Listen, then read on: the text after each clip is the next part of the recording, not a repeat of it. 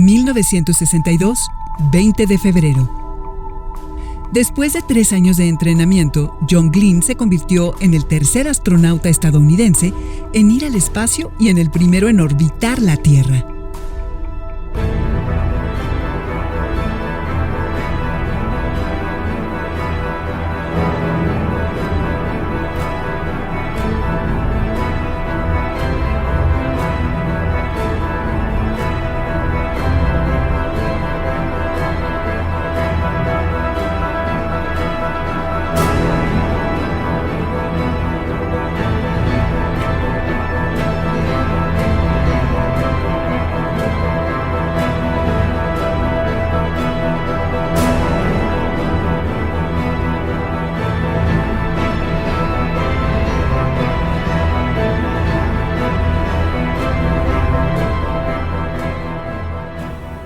¿Qué tal? Es un gusto darte la bienvenida a este espacio Jóvenes en TV, así como a la programación de Conciencia Histórica.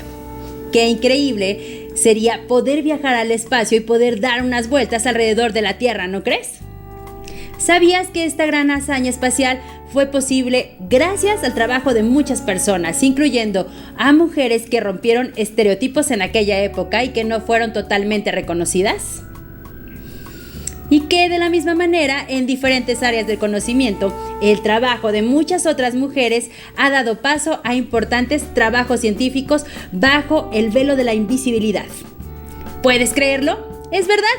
Y esto ha ocurrido a lo largo de la historia de la humanidad. Por ello, en el programa de hoy queremos invitarte a conocer 3 mujeres afroamericanas que desarrollaron una importante labor en la NASA, así como a mujeres mexicanas que han contribuido al desarrollo de conocimiento científico. Por eso, no te muevas del lugar porque ya comenzamos.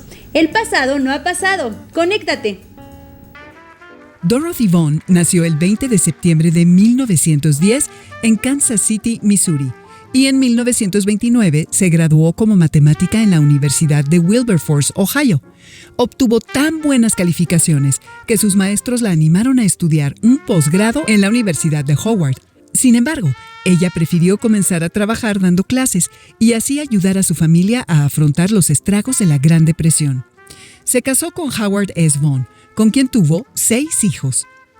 Katherine Johnson nació el 26 de agosto de 1918 en White Sulphur Springs, una pequeña comunidad de Virginia Occidental, y a los 18 años se graduó con las más altas notas como matemática en la Universidad Estatal de Virginia Occidental. Contrajo nupcias en 2 ocasiones, primero con James Goble, con quien tuvo 3 hijas, y luego de quedar viuda con James A. Johnson. Fue la primera mujer afroamericana en cursar un posgrado en la Universidad de Virginia, cuya población era 100% blanca, luego de que la Corte Suprema de los Estados Unidos dictaminó que los estados que ofrecían educación superior pública debían contemplar tanto a estudiantes blancos como negros, y para ello debían establecer universidades para estudiantes afroamericanos o admitirles en las universidades para personas blancas. Mary Jackson nació el 9 de abril de 1921 en Hampton, Virginia, y desde muy pequeña destacó por ser una estudiante muy aplicada. Así que no resulta extraño que se haya graduado con los mayores honores en el Instituto Hampton, donde estudió matemáticas y ciencias físicas. Esto en 1942. Después trabajó como maestra, recepcionista, contable y secretaria. Se casó con Levi Jackson y tuvieron un hijo. A partir de la década de 1940, el Comité Asesor Nacional de Aeronáutica, NACA, por sus siglas en inglés, abrió espacios laborales para mujeres afroamericanas, por primera vez en su historia, en la sección de computación del área oeste del Laboratorio Aeronáutico Langley Memorial.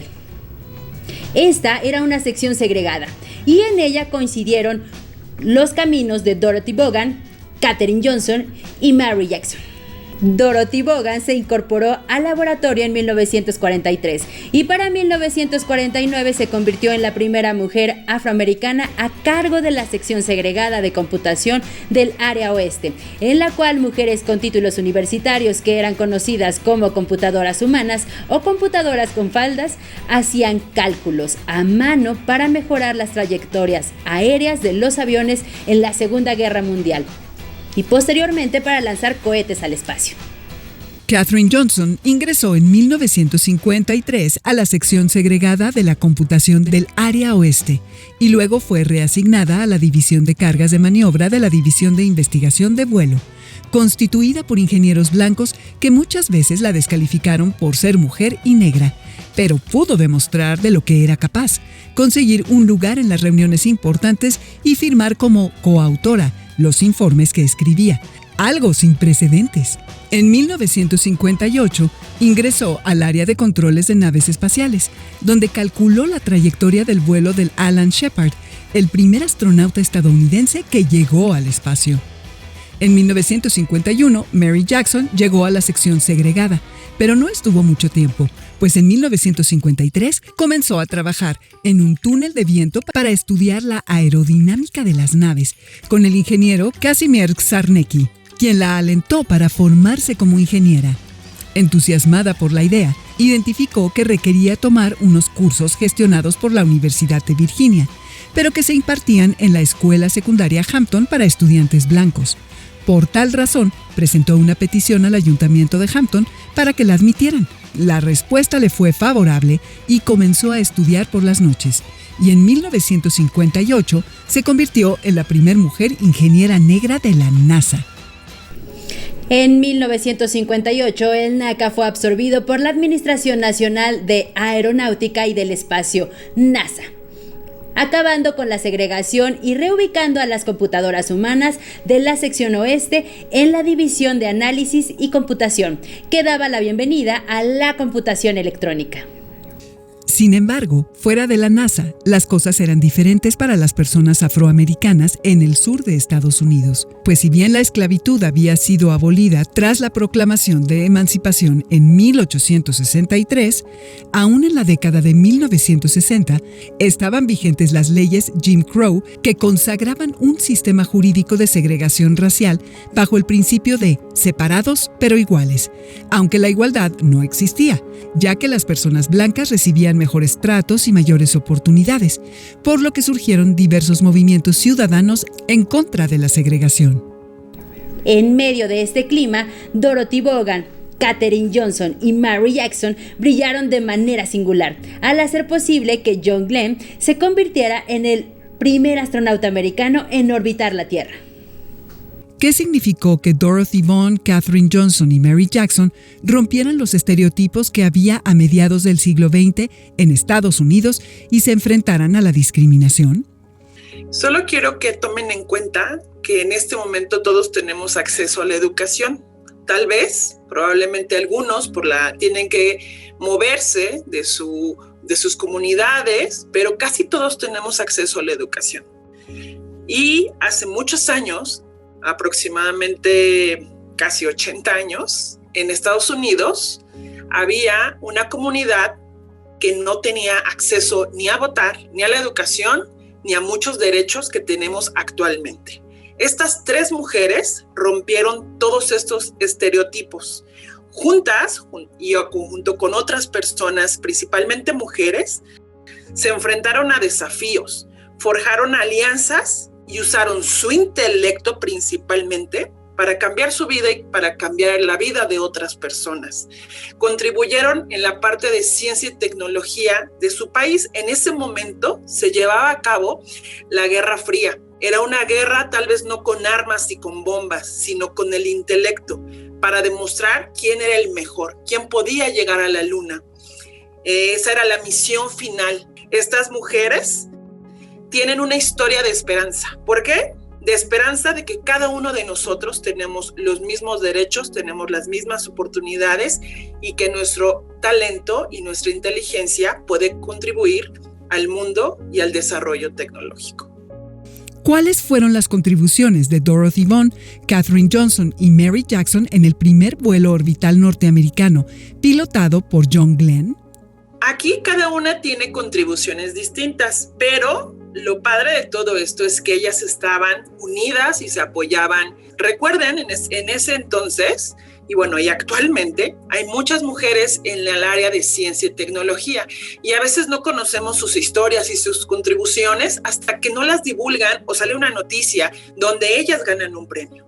Ellas quedaron o estaban guardadas casi sus historias y sus contribuciones en un closet, en un baúl. Nadie conocía muchísimas historias de estas mujeres que ayudaron al primer vuelo espacial, o al primer vuelo, mejor dicho, a la primera caminata espacial. Dorothy Vaughan, ella fue matemática. Ella estudió matemáticas, obviamente, en Estados Unidos, terminó su licenciatura, empezó a dar clases de secundaria.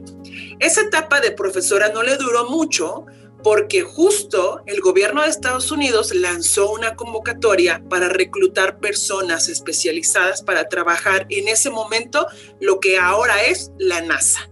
Antes las computadoras no eran como las que usamos ahora, calculadoras o computadoras para hacer cálculos. Había cantidad de mujeres haciendo estos cálculos a mano, porque no había estas calculadoras, haciendo los cálculos a mano de trayectorias de cohetes, de trayectorias de aviones, y los cálculos de estas mujeres permitieron que John Glenn fuera el primer astronauta estadounidense en orbitar alrededor de la Tierra en una vuelta completa. En cambio, Katherine Johnson, gracias a sus cálculos de matemáticas, gracias a eso, este astronauta pudo realizar la primera vuelta alrededor de la Tierra, pero también pudo llegar el hombre a la Luna. Quiero decirles que su labor fue calcular las trayectorias de las naves, ¿sí? Recuerden que no había calculadoras nuevamente. Ella usaba pizarrones enormes para realizar estos cálculos y hacer estas trayectorias. De hecho, ella hizo los cálculos y fue fundamental para la llegada de John Glenn, ¿sí? Al espacio. De hecho, John le pidió a Katherine que revisara la trayectoria de su nave. Y si Katherine decía que sí, todo estaba seguro, ¿ok? El trabajo de Katherine fue fundamental para abrir la puerta de otras mujeres afroestadounidenses dentro de la NASA, obviamente de otras razas, pero lo más importante es que abrió la oportunidad no solamente de otras mujeres, sino del desarrollo tecnológico y romper con estos estereotipos dentro de un país que costó muchísimo romper estas barreras entre comunidades. Finalmente, Mary Jackson, ella empezó a trabajar en la NASA también junto con sus compañeras y simplemente la oferta de sus sueños de trabajar en la NASA. Imagínense, ahora si a ustedes les dijeran trabajar en la NASA, pues claro, todo el mundo aceptaría trabajar en la NASA. Tomó esta decisión de trabajar en la NASA, pero también quería seguirse preparando. Y en ese entonces no se les permitía estudiar a las mujeres de color. Fue al ayuntamiento de su estado en Virginia para pedir un permiso para estudiar la licenciatura en matemáticas y física en la noche. Imagínense, trabajaba en la mañana y estudiaba en la noche. Se convirtió en la primera ingeniera aeroespacial afrodescendiente que obviamente ayudó a un equipo especializado a desarrollar diferentes naves espaciales, pero más el túnel del tiempo que nos permite muchísimo estudiar el vuelo de los aviones o de las naves espaciales para el desarrollo espacial. En su propia experiencia, ¿cuál ha sido su más grande reto dentro del mundo de la ciencia y cómo lo han afrontado? Rompí estereotipos en la familia que me permitieron dejar a mi familia tal vez allá y yo moverme a la Ciudad de México. En ese momento yo quería ser astrónoma, pero cuando estudié física me di cuenta de la diversidad de oportunidades que hay cuando uno estudia una carrera de licenciatura. En esta experiencia pude darme cuenta que me encantaba la educación, la divulgación de la ciencia, los museos, pero también me encantaba fomentar las vocaciones científicas. Me enfoco en dirigir y desarrollar programas para fomentar las vocaciones científicas, las olimpiadas y generar programas para personas o comunidades que no tienen muchas oportunidades en México, como mujeres indígenas y personas con discapacidad.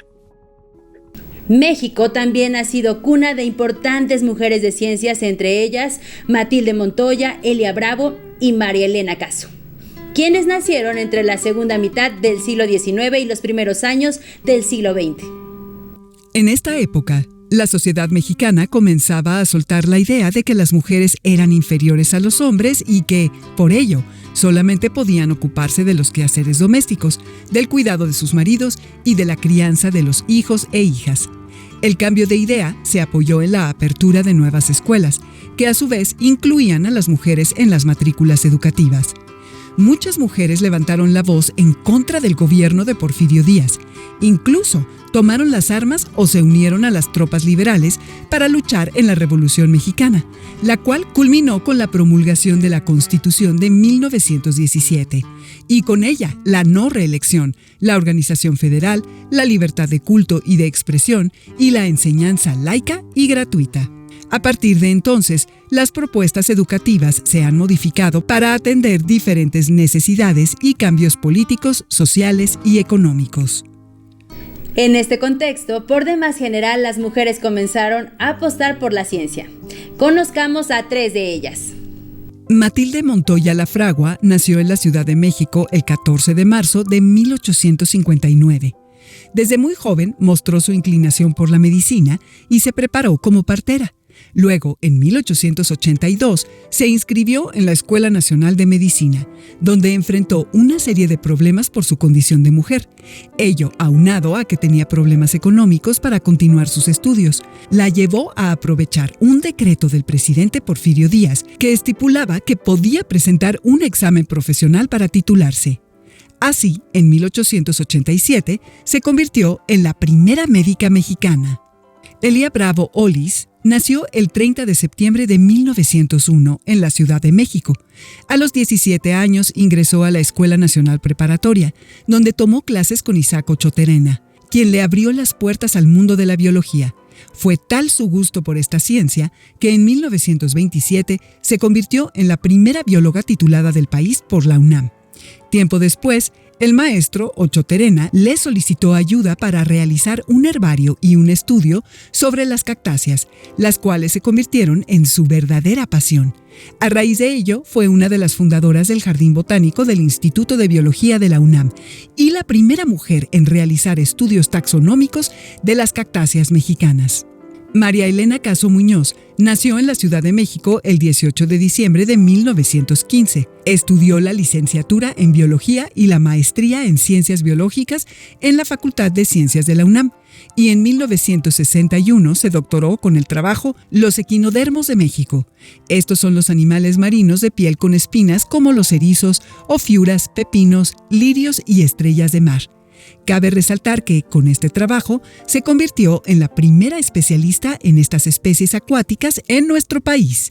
Con el doctor Enrique Rioja, fundó el Laboratorio de Hidrobiología en el Instituto de Biología, el cual más tarde se convirtió en el Departamento de Ciencias del Mar y Limnología, y luego en el Instituto de Ciencias del Mar y Limnología de la UNAM. Matilde Montoya, Elia Bravo y María Elena Caso fueron pioneras de la ciencia mexicana. A pesar de las dificultades ideológicas y sociales que enfrentaron, cada una construyó un valioso legado para las futuras generaciones, algo sorprendente para su tiempo. ¿Cuáles fueron las dificultades que enfrentaron Matilde Montoya, Elia Bravo y María Elena Caso? ¿Y cuáles fueron sus más grandes logros? Creo que todas tuvieron una oportunidad única, pero también tuvieron la fortuna de venir de contextos muy favorecedores, ¿no? Es decir, de familias que impulsaron a que esto sucediera, incluso, ¿no? En el caso de la doctora Caso, de tener estas oportunidades para convivir con grandes mentes, ¿no? En ese momento, y poder entonces posicionarse y tener esta seguridad para ser una mujer dentro de la ciencia.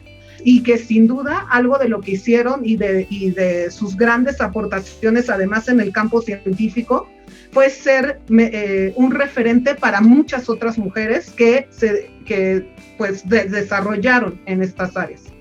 ¿Cuál es el panorama actual de la actividad científica de las mujeres en México? Creo que como nunca se ha abierto esta mirada a decir, hacen falta tener una perspectiva, ¿no? En donde las mujeres y las niñas se vean dentro de la ciencia, y eso está sin duda teniendo resultados. Cada vez hay más programas que además nos aliamos para que esto llegue a la mayor cantidad de niñas, no es una cuestión de capacidad, es muchas veces una cuestión de oportunidad, de poderte ver en ese espacio, de saber que vas a poder ser una mujer plena, con una familia, con una vida laboral, ¿no? Que cumpla tus expectativas y que vas a poder ser una persona, ¿no? Más allá de si eres madre o si eres científica, que vas a poder ser una persona que pueda ser feliz en este ámbito, ¿no? Sin embargo, todavía hay muchos retos, ¿no? Todavía, pues muchas de las áreas científicas están mucho más ocupadas por hombres. Todavía hay cuestiones específicas, sobre todo en ingenierías o en algunas ingenierías en particular, donde no es tan claro que sea tan viable la oportunidad de desarrollarse para las mujeres, ¿no? Entonces, y no es solo en el ámbito académico, creo que también hay que hablar de la cuestión laboral, o sea, cómo esto funciona cuando ya están en la vida laboral y qué obstáculos van enfrentando, ¿no? O sea, las expectativas que se tienen sobre ellas, ¿no? Las mismas expectativas y las percepciones que ellas van teniendo. Creo que todavía hay mucho que hacer, pero creo que el avance, sobre todo en las últimas décadas, es muy importante. ¿Por qué es importante que las mujeres continúen incursionando en la ciencia? Yo creo que es fundamental, como sería fundamental decir que haya personas, ¿no? Hombres o mujeres en la ciencia, porque es importante tener científicos, porque nos permite ir cuestionándonos nuestro alrededor para vivir mejor, para tener mejores sociedades, ¿no? No solo en el ámbito quizás medioambiental o más en cuestiones de tecnología o ingeniería. También esto, cómo lo llevamos a cuestiones sociales de combate a la pobreza, de pensar en una seguridad alimentaria a través de una mirada científica. Creo que tanto hombres como mujeres aportan, ¿no? En su diversidad de contextos y en su forma de pensar de manera distinta, aportan a que esto pueda volverse importante, a que haya investigación en estas áreas fundamentales. Entonces creo que es tan importante que haya hombres como que haya mujeres en la ciencia, y creo que en ese sentido es muy importante que sí tengamos esta perspectiva de la mujer en la ciencia. A lo largo de la historia han sido pocas las mujeres de ciencia cuya labor ha sido reconocida en su época. Por ejemplo, Marie Curie, quien fue galardonada con 2 premios Nobel por sus trabajos sobre la radioactividad. De manera general, las mujeres no solamente han enfrentado grandes retos para poder desarrollarse en cualquier ámbito, sino que han sido discriminadas e invisibilizadas por el pensamiento masculino y la subestimación de sus capacidades. A pesar de ello, matemáticas, ingenieras, biólogas, médicas, físicas, astrónomas, químicas e informáticas, entre otras científicas, han traspasado fronteras sociales, ideológicas y culturales, y han sentado importantes bases para el desarrollo de conocimiento científico vigente hasta nuestros días. Después de lo que hemos visto, creo que sería increíble que más mujeres científicas contribuyan a viajar al espacio exterior y orbitar la Tierra, pero también generar el plan perfecto para acabar con enfermedades mortales o descubrir la manera de resarcir el daño ambiental de nuestro planeta, ¿no crees? Llegamos al final de este programa y es momento de recordarte que Jóvenes en TV es un espacio de reflexión y construcción de conocimiento, donde tu participación es muy importante. Así que no dejes de escribirnos. Visítanos en jovenesencasa.cep.gov.mx. Únete a la comunidad de Jóvenes en Casa en Facebook. Te invitamos a ver nuevamente este programa a través de nuestro canal de YouTube. Y a seguir reflexionando en torno al quehacer científico, al papel que han jugado muchas mujeres, incluso a reflexionar en la posibilidad de tomar este camino de manera profesional. Muy probablemente entre nuestras espectadoras se encuentran las futuras científicas de nuestro país. El pasado no ha pasado, conéctate.